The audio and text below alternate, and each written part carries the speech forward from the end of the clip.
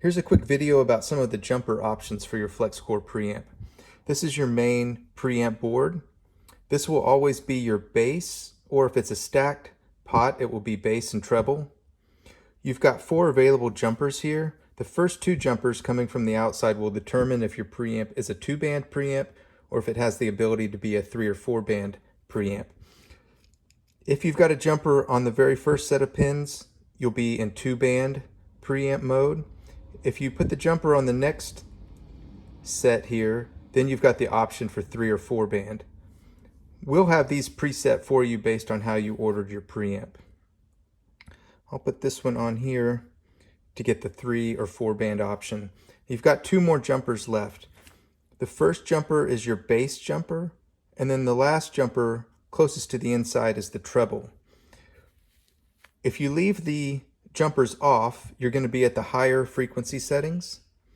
And so if you'd like to, say, shift the treble frequency from the higher to the lower frequency, you're going to add the jumper to the last jumper, which is the treble jumper. Now I have shifted the treble from the higher frequency to the lower frequency, and I've left the jumper off of the bass to allow it to stay at the higher frequency.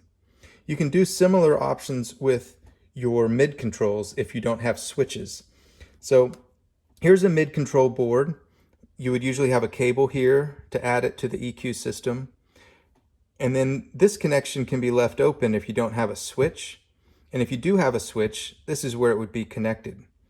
Now, if you'd like to shift your selected mid frequency down to a lower frequency, you can add jumpers to pin 1, 2, and then another jumper to pin 3 and 4, and it would look like this.